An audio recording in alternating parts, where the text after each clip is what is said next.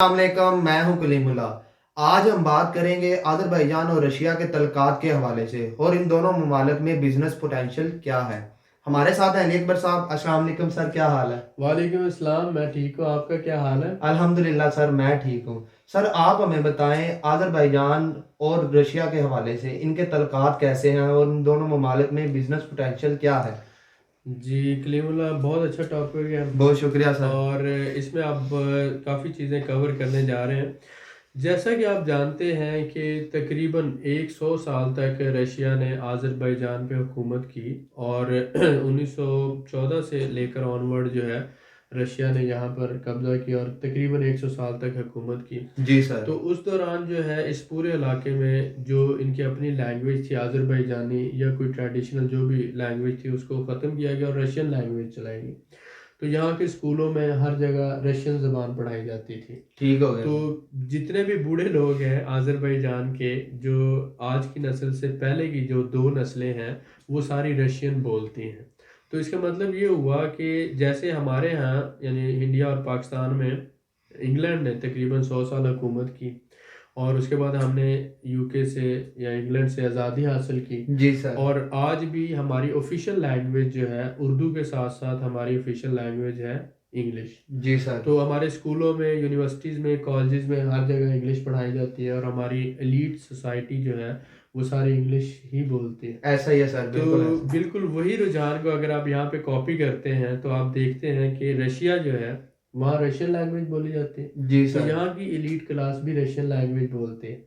यहाँ पर भी जो आप देखते हैं मुख्तलिफ ब्यूरोक्रेसी के लोग हैं या मुख्तलिफ डिपार्टमेंट हैं या सीनियर सिटीजन हैं या जो भी कामयाब बिजनेसमैन हैं जी सर। वो रशियन ज़बान बोलते हैं। तो यहाँ पर दो ऑफिशियल लैंग्वेजेस हैं, जी। एक आज़रबाईजानी है और दूसरी रशियन लैंग्वेज है। ठीक हो गया तो सर। इनका कल्चर भी रशियन कल्चर के साथ मिक्स है, ठीक है। और टर्किश और रशियन यहाँ, क्योंकि बेसिकली ये टर्किश कंसिडर होता है, टर्किश कंट्री ही कंसिडर होता है। मसलन टर्की के अलावा काज़िक्स्तान है, तुर्कमानिस्तान है, उज़्बेकिस्तान है, किर्गिस्तान है और आज़रबाईजान है।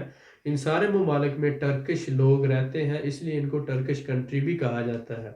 अगर आपको नहीं पता तो इसकी वजाहत के लिए, तो आज़रबाईजान भी बेसिकली एक टर्किश कंट्री है क्योंकि इसकी ज़बान जो है टर्किश लैंग्वेज ही है, जिसको आज़री कहा जाता है। ये 85% टर्किश लैंग्वेज ही है, 90% कह लें आप।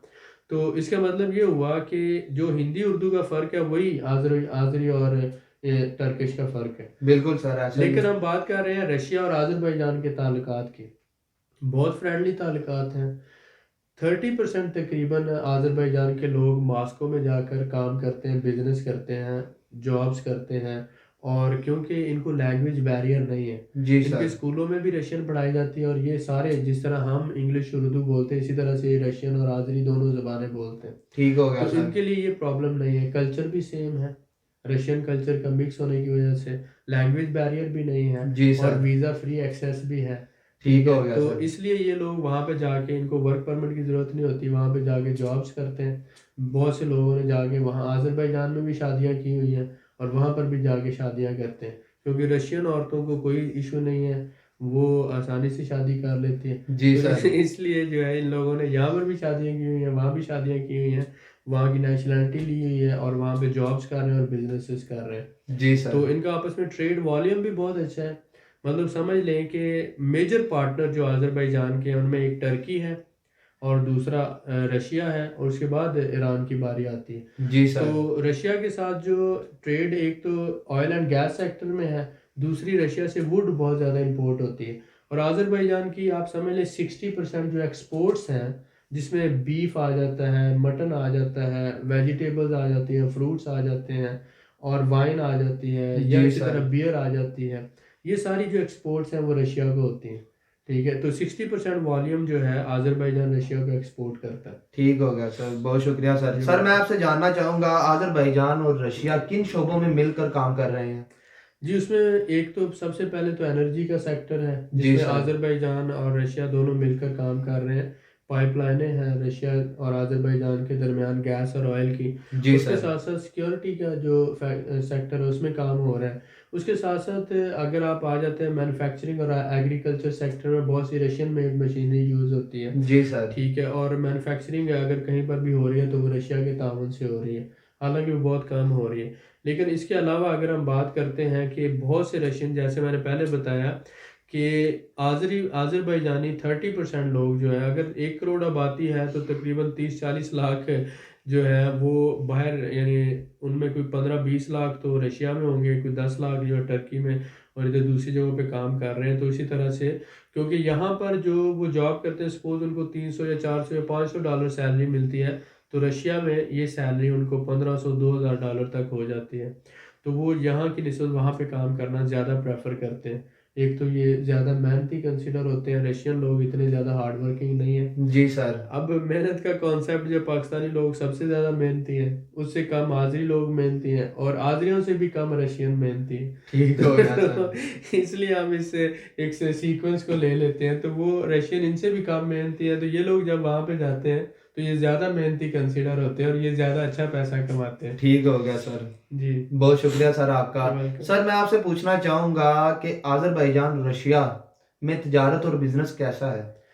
अज़रबैजान में जैसे मैंने बताया कि बहुत सी चीज़ें तो यहाँ से एक्सपोर्ट हो रही है रशिया को, जी जिसमें सर। वेजिटेबल्स हैं, फ्रूट्स हैं, वाइन है और बियर शेयर है, ये सारी चीज़ें।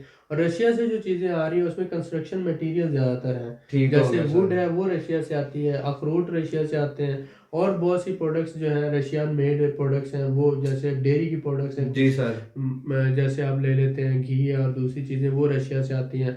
और फिर ये जो घी बनाने के लिए सनफ्लावर वगैरह, ये वो आता है रशिया से। जी सर।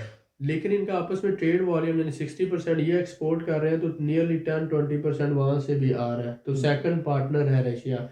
उसके साथ साथ ये है कि आप तकरीबन समझ लें कि बाकू से 1 घंटे की ड्राइव या 1.5 घंटे की ड्राइव पर रशियन बॉर्डर है। ठीक हो तकरीबन गया सर। 150 किलोमीटर के फासले पर रशियन बॉर्डर है। कूबा जो शहर है वो बॉर्डर के ऊपर है। जी सर। तो जो लोग आज़रबाईजान से रशिया जाते हैं, मॉस्को अपनी गाड़ियों पे जाते हैं, अपनी कारों पे जाते हैं और अपनी पे आ जाते हैं।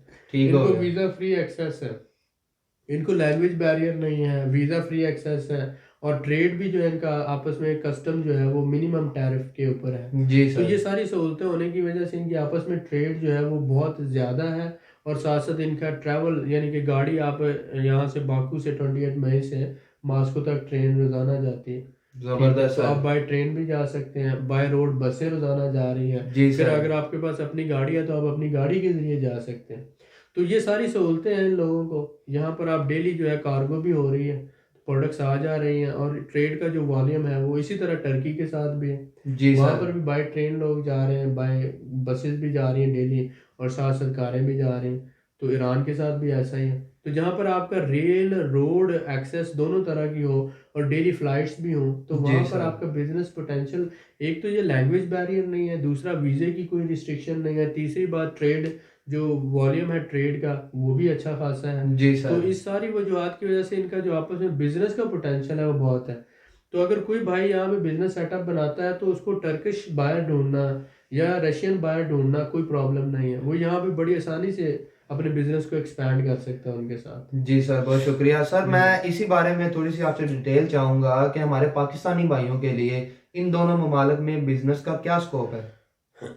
जैसे मैंने कहा कि आपके पास जब छोटी इन्वेस्टमेंट होती है तो आप किसी बड़े बड़े मुल्क में इन्वेस्टमेंट नहीं कर सकते। ऐसा ही है मसलन सर। अगर आप सीधा रशिया में जाके सेटअप बनाना चाहें तो 20-30-40 हज़ार डॉलर आपके पास इन्वेस्टमेंट होनी चाहिए। जी सर। टर्की में करना चाहते हैं तो कम से कम 30-40 हज़ार डॉलर होने चाहिए। जी सर। क्यों? क्योंकि हर एक चीज़ का आपको, एक तो इन्वेस्टमेंट के 3 हिस्से होते हैं, कुछ लीगल रिक्वायरमेंट्स है उसकी पूरी करने में लग जाता है, ऐसा ही है कुछ सर। सेटअप बनाने में लग जाएगा, और कुछ बैकअप इन्वेस्टमेंट चाहिए होती है। जी सर। तो जब ये छोटा कंट्री है तो इसकी रिक्वायरमेंट भी छोटी है।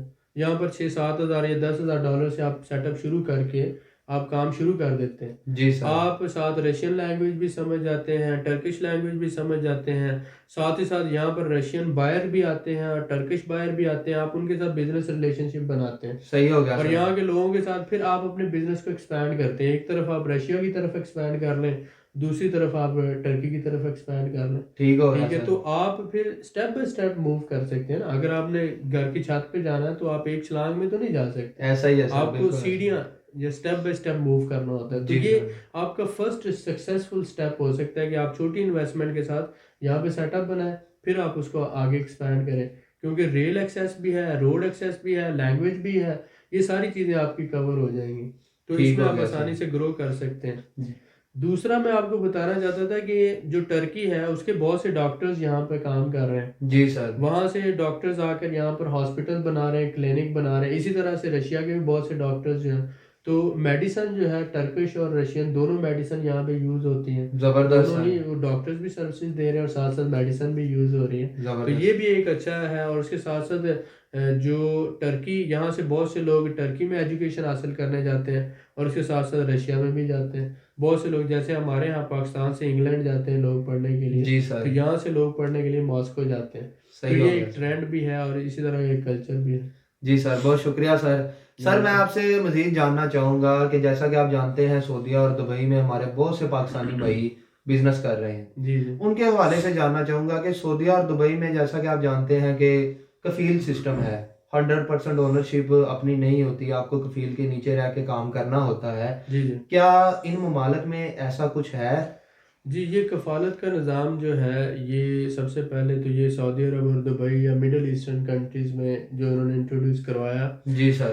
तो ये एक समझ लें कि आज इसी वजह से ये क्राइसिस में जा रहे हैं। जी सर। क्योंकि जो भी बंदा मेहनत करता है, कोई सेटअप बनाता है, तो वो उस सेटअप को जब 100% अंदर से सेटिस्फाइड नहीं होगा, तो उसने इतनी मेहनत की हुई होती है, जी सर। तो वो इनसिक्योरिटी उससे लगी रहती है। तो यहाँ पर सबसे बड़ा मसला ये है दुबई, सऊदी अरब वगैरह में कि ये 100% ओनरशिप नहीं देते। ऐसा ही है सर। फैमिली को नहीं आप साथ रख सकते, आपको सिटीजनशिप नहीं मिलती, बिल्कुल सर। और फिर छोटी इन्वेस्टमेंट के साथ आप वहाँ पे काम नहीं कर सकते। जी सर। लेकिन अगर आप अज़रबैजान में आ जाते हैं तो आप एक तो 100% ओनरशिप आपको मिलेगी, ऐसा ही है आप सर। अपनी फैमिली को अपने साथ रख सकते हैं, जी सर। और 2 साल की टेम्परेरी रेजिडेंस के साथ आपको 5 साल की परमानेंट रेजिडेंस, 7 साल बाद आपको शहरियत मिल जाती है। ठीक हो गया सर। और आबो हवा बहुत अच्छी है, लोग फ्रेंडली हैं, वेलकमिंग है। तो ये एक अभी अनसैचुरेशन है, अभी कानून जो है इतना सख्त नहीं है, तो अभी बहुत से लोग जो मूव करना चाहते हैं या माइग्रेट करना चाहते हैं फैमिली के साथ, या अपने बिजनेस को किसी अच्छी जगह मूव करना चाहते हैं, जी सर। तो उनके लिए अभी बहुत ज़्यादा चांसेस हैं। दुबई की तरह आज यहाँ पर भी मिनी दुबई की तरह ये ट्रांजिट ट्रेड के सिलसिले में जी सर। लोकेशन बहुत अच्छी है। एक तरफ रशिया है, दूसरी तरफ टर्की है, तीसरी तरफ यूरोप है। आप हर जगह पे आसानी से एक्सेस कर सकते हैं। अगर आप बाय एयर ट्रैवल करते हैं वो भी सस्ता है, बाय ट्रेन ट्रैवल करते हैं वो भी सस्ता है, सही हो गया अगर आप सर। चीज़ों की शिपमेंट करते हैं वो भी सस्ती हैं। तो बिजनेसमैन को और क्या चाहिए होता है? यही ये तो सारी सब कुछ चीज़ें है। हैं, और इसमें एनर्जी भी सस्ती है, लेबर भी सस्ती है, और कम पैसे के साथ आप अपना काम भी शुरू कर सकते हैं। सही हो तो गया मेरे सर। ख्याल में ये सारी सहूलतें हों तो बंदे फिर भी अगर नई स्टेप लेते हैं तो फिर वो मेरे ख्याल में वो देर करते हैं। जी सर, बहुत शुक्रिया सर आपका। जी, बहुत मजीद मालूमात के लिए हमारे चैनल को सब्सक्राइब करें, वीडियो को लाइक करें और शेयर करें। बेल आइकन को जरूर प्रेस करें ताकि हमारी अगली वीडियो आपको मिल सके। अल्लाह हाफिज।